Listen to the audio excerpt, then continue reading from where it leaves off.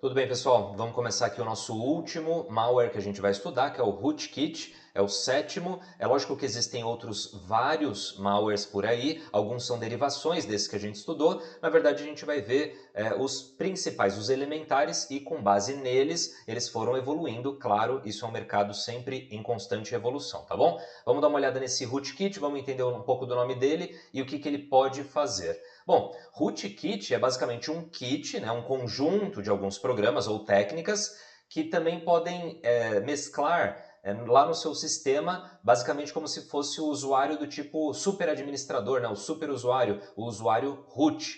Então, ó, conjunto de programas e técnicas que podem esconder ou se camuflar, camuflar a presença do atacante, por exemplo, ou de um outro código malicioso no seu computador. Então, esse cara aqui é muito bom para se esconder, para fingir que ele não está por ali, e ele inclusive consegue combater alguns vírus, tá? Como é que ele consegue fazer isso? Ó, como que ele se camufla no seu sistema? Basicamente, ele se integra ao sistema operacional, como assim?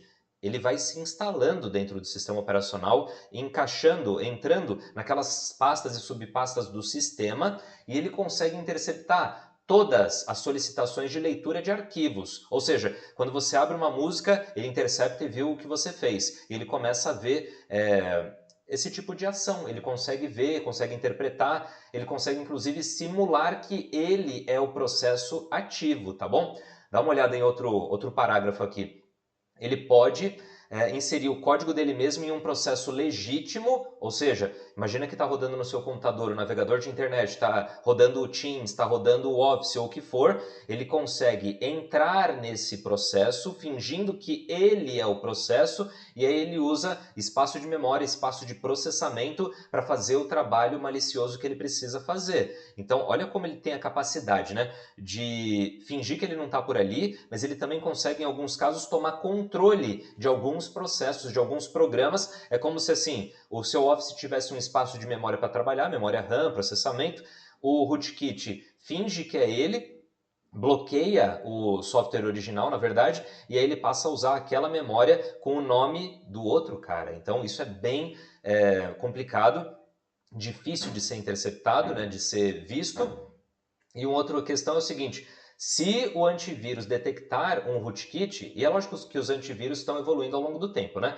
Mas o que ele tenta fazer? Se um antivírus detecta esse rootkit, ele, o malware, né, pode tentar desativar a proteção do antivírus e deletar alguns componentes do antivírus. Então é quase como um contra-ataque. Um rootkit sempre vai querer limpar vestígios de um hacker, por exemplo, quando ele entrou no seu computador, e ele sempre, o foco dele muito forte é ficar lá oculto, ir se camuflando, ir realmente entrando ali nos programas e no sistema operacional para não ser pego, mas ele também tem uma ação muito forte contra os antivírus. Vou te dar um outro exemplo, olha só.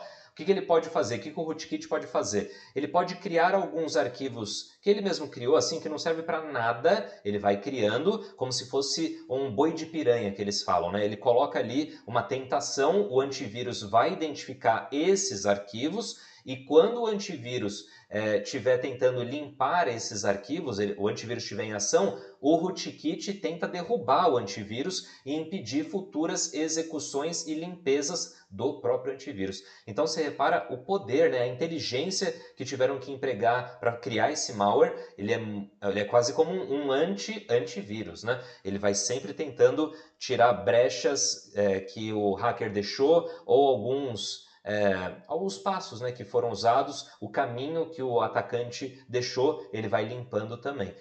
Bom, sobre rootkit foi isso, agora eu tenho um quadro comparativo dos malwares que a gente estudou em várias categorias. Essa parte é bem importante, tá bom, gente? Isso daqui é uma síntese de tudo que a gente viu nesse trecho de malware, tá? Então, olha só, como que a gente pode conseguir um malware, né? Como que o malware acaba caindo no nosso dispositivo, seja ele computador, smartphone ou o que for. Aqui nas colunas eu tenho todos os nomes dos 7 malwares que a gente estudou, tá? Então, olha só, recebido automaticamente pela rede, se forem os malwares assim, raiz, né? Aqueles que realmente não são um conjunto de vários malwares, mas somente é propagado pela internet de forma automática, o worm e o bot. Lembra botnet? Só esses dois que conseguem fazer esse trabalho de, do nada, sem executar nem nada, sair propagando pela rede inteira. Aí, recebido por e-mail, quase que todos, né? Mas na verdade, backdoor é como se você estivesse atacando, investindo ali naquelas portas lógicas, e o rootkit também entra ou por inserção daquele invasor ou por algum outro estilo parecido. Baixado em sites de internet, vários a gente consegue pegar só navegando na internet. Como que a gente toma conta disso? Tenha um sistema operacional atualizado, antivírus também atualizado e o seu navegador atualizado, e é evidente, a maior segurança que você pode ter ao navegar é você escolhendo os sites que você está entrando, tá? Muito cuidado com isso. Ao compartilhar arquivos, né, a gente consegue mandar quase todos eles, menos o backdoor e o rootkit. Você repara que backdoor e rootkit quase que não são exatamente a mesma coisa, mas eles têm um papel muito parecido em trabalhar por debaixo dos panos e facilitar ataques de alguns hackers, né? A gente também consegue, por mídia removível, praticamente todos aqueles que a gente muito ouve falar. Rede social a mesma coisa, mensagem instantânea tipo o antigo MSN, mas também o Facebook Messenger ou o que for. Inserido por um invasor. Você repara que o atacante, né, consegue mandar todos, mas não é comum o atacante, o hacker, mandar vírus para você. O vírus é pego geralmente por algum dispositivo móvel, tá? Removível, né? Ação de outro código malicioso. A gente consegue adquirir todos esses malwares por ação de outro malware, tá? Menos o vírus já era uma coisa meio solitária, era só ele, pronto, acabou. Agora, como ocorre a instalação? Você veja, o vírus, execução de um arquivo infectado. Então, o meu dispositivo vai sofrer um ataque por vírus se você executar o arquivo que está infectado, tá bom? E é só o vírus que consegue funcionar desse jeito. Execução explícita do código malicioso, worm, bot, trojan e spyware, via execução de outro código malicioso. Então lembra, backdoor e rootkit, eles conseguem ser instalados via outro malware. Então geralmente eles não trabalham sozinho, não vem do nada esses rootkits ou backdoor, geralmente é pela instalação de outro programa. E aqui exploração de vulnerabilidades, worm e bot, principalmente vulnerabilidade do sistema operacional, do navegador e de outros programas que estão desatualizados. E backdoor, claro, né, explorar a vulnerabilidade é aquelas portas dos fundos que estão abertas ali no seu sistema. E aqui, como se propaga o vírus, insere uma cópia de si próprio em alguns arquivos, e aí quando você clica no arquivo, ele vai tentando se expandir e propagar.